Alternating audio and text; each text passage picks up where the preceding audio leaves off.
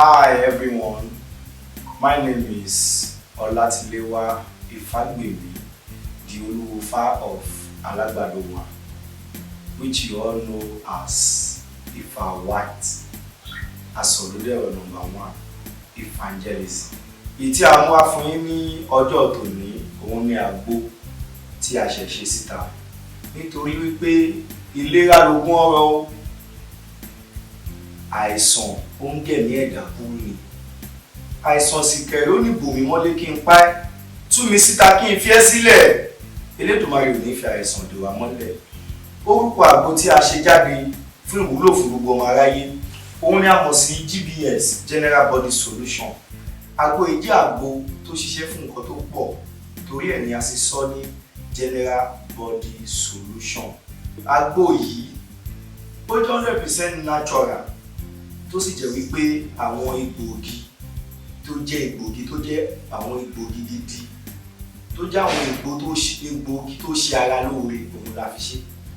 Àwọn èso tó ṣe ara lóore òun la fi ṣe tó sì jẹ́ wípé tí a bá lò ó bó ṣe jẹ́ ká lò ó tọ́tọ́ ní kí á rí ìyípadà. Mo fẹ́ ká rà ká dánwò, Yorùbá ní dánwò ló bí yọ kẹ̀rẹ́. Wọ́n á tún wá fàsìkò yìí sọ fún wa wípé àwa tí a bá nífẹ̀ẹ́ sí àwọn iṣẹ́ Ifá gẹ́gẹ́ bí àwòrán ọlà fún àwa tó ju owó bá ń pọ́n, Elédùmarè ò ní jẹ́ ká kó sínú òṣì. Ifá ní bí yóò ní owó lọ́wọ́ bí òkú èèyàn. Ẹlòmíì wà àìsàn tó ń ṣe àwọn owó ni o. Ẹni bá wá fẹ́ ìyọnú tó bá ń pè kan ní ìyọnú ayé, ìyọnú jẹ́ nǹkan pàtàkì tó yẹ ká máa lò. Gbogbo ibi tí a bá ń lọ tí a bá ti ń bá àánú pàdé, ẹlòmíì á fẹ́ ṣe interview ni, ẹlòmíì á fẹ́ lọ sí ìlú òkèèrè ni, tó bá ti lẹ̀ yọnú tó bá da sára ẹ̀ dandan ni kí wọ́n yọnú sí níbẹ̀. Látún ní pègúnrẹ́. Pègúnrẹ́ jẹ́ iṣẹ́ Ifá tó ní agbára torí ègún ló ń jẹ ẹlòmíì. Ẹ̀rẹ́ lómi á kàn máa ṣí kiri bí ẹyẹ. Ègún ni Elédùmarè ò ní jẹ́ kí ègún lé, ègún oko, ègún lé ìyá, ègún lé bàbá. Elédùmarè ò ní jẹ́ kó jẹ̀mí àti wọ́. A sì ní agbélépọ̀tà náà nítorí ẹni tó ń ṣe agbélépọ̀tà kó máa mọ èèyàn tó ń pa. Ẹni tá à ń bá gbélé tó jẹ́ ọ̀tá ẹni báwo ló ṣe fẹ́ mọ̀?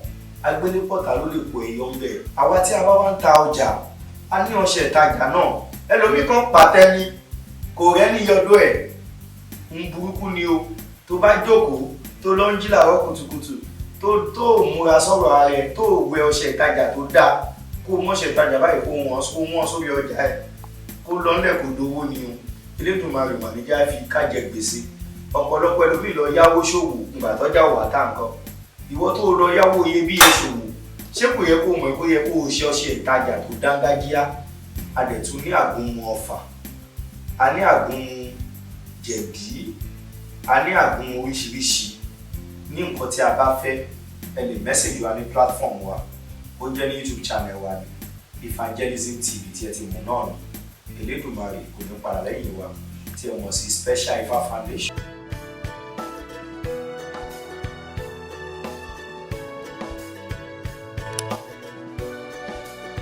Babaláwo jíṣẹ́ Ifá, jíṣẹ́ Ifá ò àwòrere, bẹ̀rẹ̀ aláwòrè ẹ tọ́jú rẹ̀. Babaláwo jíṣẹ́ Ifá, babaláwo jíṣẹ́ Ifá, jíṣẹ́ Ifá ò àwòrere, bẹ̀rẹ̀ aláwòrè ẹ tọ́jú rẹ̀. Babaláwo jíṣẹ́ Ifá, àràbàgbáyé àwòrere. Babaláwo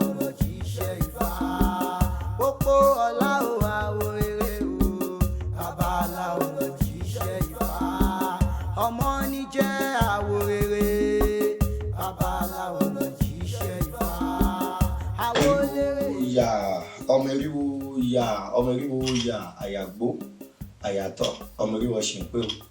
Elédùmarè á bá wa ṣe o. Ní àkọ́kọ́ ẹ jẹ́ á fìbà fún Elédùmarè ọba tẹ́rẹrẹ kárí ayé.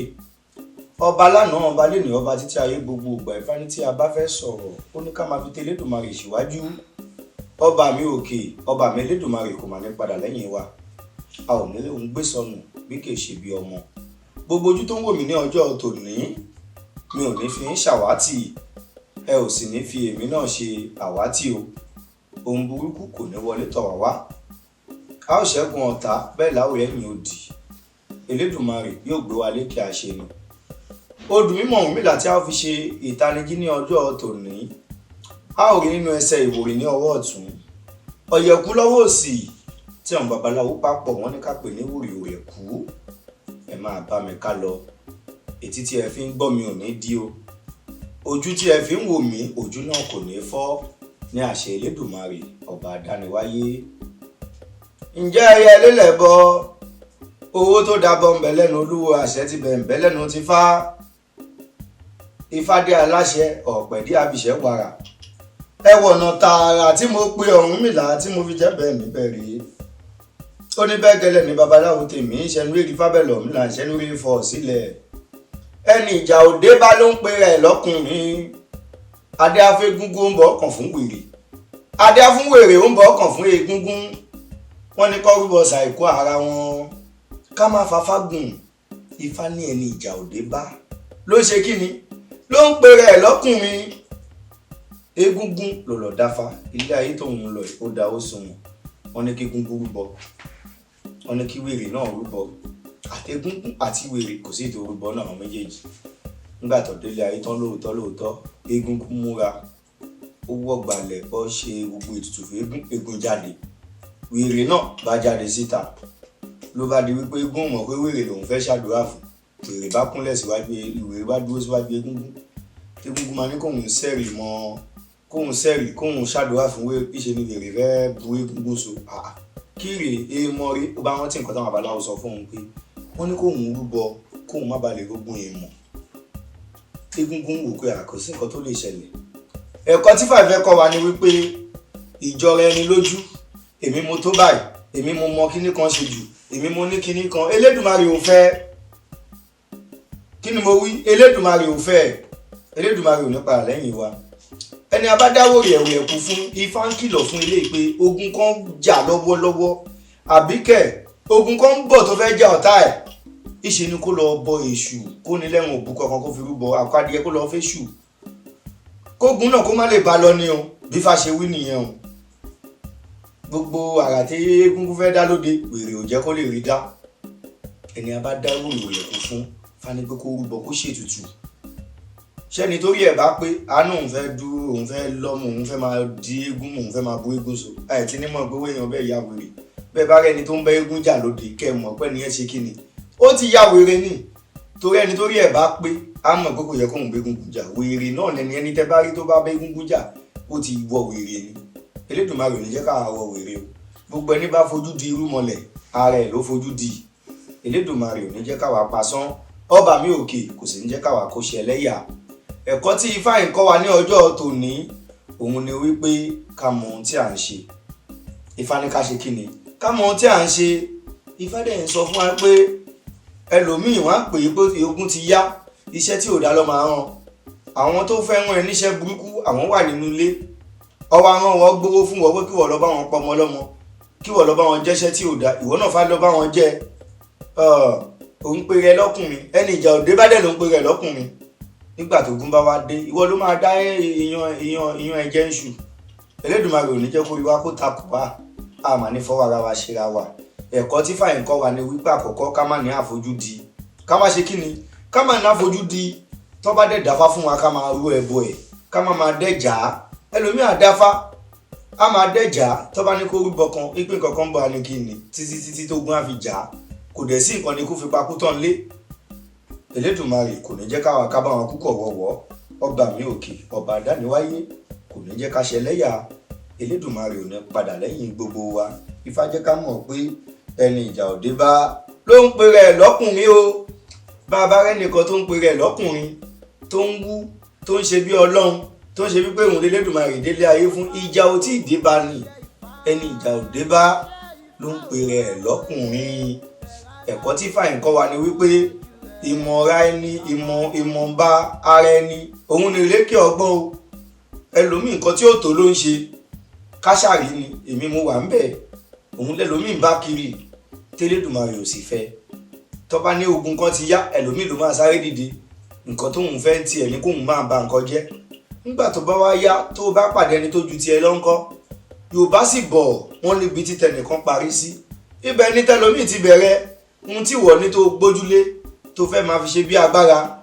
tó fẹ́ máa fi oppress ọmọ ẹnì kejì ẹ ǹjọ́ mọ̀ bí ẹni tó fẹ́ fi oppress àbẹ́ni tó fẹ́ bájà yìí ǹjọ́ mọ̀ nǹkan tóun náà jogún lé Yorùbá sì bọ̀ wọ́n náà ọmọdé kì í níná lé kí tìta máa jo ẹ̀kọ́ tí fàyín kọ́ wa ni wípé ká máa mọ̀ bára wa ká sì máa gbọ́ràn sí fálẹ́nu ká máa dáfá ká máa bèṣù ká sì máa jọra ẹni lójú ìjọra ẹni lójú wọn á bẹ́ lòmí sọ̀rọ̀ kò ní gbọ́ ẹlòmí ò lálámọ̀ràn tẹ́lòmí bá ń bínú lọ́wọ́ kò sẹ́ni tó lè sọ fún kó tó nígbà tó ń bá yànjà lọ́wọ́ táwọn èèyàn dá ẹlẹ́kún kó tó gbọ́ tó gbé nǹkan tó fọ́ mẹ́rin lórí tẹ́nìyàn kú tọ́lọ́pàá wá gbé ẹ̀ ṣé wọn kọ́ ló máa kú sí ẹni ìjà òde bá dẹ̀ ló pe rẹ̀ lọ́kùnrin nígbà tó bá wá dẹ́wọ̀n abádọ̀lẹ̀ ìwọ tó ń bẹ̀ níta ni o tó ń ṣe bí akọ tó ń ṣe bí alágbára ayé gbogbo ipòkípò tí a bá wà ẹ má jẹ́ ká ṣì lò nítorí ènìkọ́ nítorí ọ̀la ni ọba mi òkè kò ní padà lẹ́yìn wa o ẹ jẹ́ ká mú ifá ẹ jẹ́ ká fi kọ́gbọ́n ẹ má jẹ́ ká kàn gbọ́ lásán ẹ jẹ́ ká mú ẹ̀kọ́ yìí ẹ jẹ́ ká mú ní òkúnkúndùn Elédùmarè yóò jẹ́ kó wọ̀ síkùn wa ọba mi òkè kò ní jẹ́ kí orí wa kó dàrú orí wa yóò gbé wa lékè àṣẹ ni ẹ máa bá mi ká lọ ẹ ṣé mo dúpẹ́ o Elédùmarè kò ní padà lẹ́yìn yín ẹ̀yin tí ẹ bá nífẹ̀ẹ́ láti ra ifá àánú ẹni bá ń wá ọṣẹ àánú wà ẹni bá ń wá ẹ̀bù àánú ó wà ọṣẹ àgbélépọ̀tà wà ọṣẹ àwúrẹ́ wà ọṣẹ ọ̀fà wà ẹni bá dẹ̀ ń fẹ́ àgbo gbogbo ẹ̀ ní Elédùmarè lójoogun fún ọmọ yín kékeré tí ẹ̀ ń wò ní àwòrán yìí bóyá ọ̀fà ni o bóyá ìsàn kan ló ti ń bá wa jà tí kò yé wa ni ẹ lè pè mí lórí aago mi láti lè fi jẹ́ kí n tọ́ yín sí ọ̀nà ní bí a ó ṣe kó yín yọ nínú ewu Elédùmarè kò ní jẹ́ kí ẹnì kankan wa ká dẹni àgbégbè àìsàn burúkú Elédùmarè ò ní jẹ́ kó máa ráyè kí wọ́n fi dán wa wò mo dúpẹ́ púpọ̀ lọ́wọ́ gbójú tó ń wò mí o Elédùmarè yóò bá gbogbo wa ṣe ẹ̀rí bí Egungun ó yàn àwọn babaláwo sẹ́yìn wèrè náà yàn àwọn babaláwo sẹ́yìn Elédùmarè kò ní ṣe wá ní àfibí ṣólóore ǹjẹ́ ẹ̀wọ́ náà tààrà tí mo kọ òun mi là tí mo fi jẹ́ bẹ́ẹ̀ níbẹ̀ rí ó ní bẹ́ẹ̀ gẹ̀lẹ́ ní babaláwo tèmi ṣẹnu èkì fábẹ́lọ̀ mi là ń ṣẹnu èfọ̀ sílẹ̀ ẹni ìjà òde bá ní pé rẹ lọ́kùnrin dá fún Egungun bọ́ ọkọ̀ fún wèrè dá fún wèrè ó ń bọ́ ọkọ̀ fún Egungun ẹbọ ní fáni kọ́ máa ṣe lápálápá lógún lọ ogun ọ̀hún ò dẹjà ní àṣẹ ọba dániwáyé ogun kankan kò mà sì ní jà wá a ó mókè o a ó sì làlùyọ láàrin ẹgbẹ́ a ó làlùyọ láàrin ẹbí a ó làlùyọ ládùúgbò nílùú tí à ń gbé Elédùmarè ọba ní àdániwáyé yóò jẹ́ ká lu àlùyọ ẹ ṣé mo dúpẹ́ o ẹ̀ làmú ìbọn rú ẹ̀ làmú ìbọn yìí bẹ́ẹ̀ lẹ̀ làmú ìbọn ṣiṣẹ́.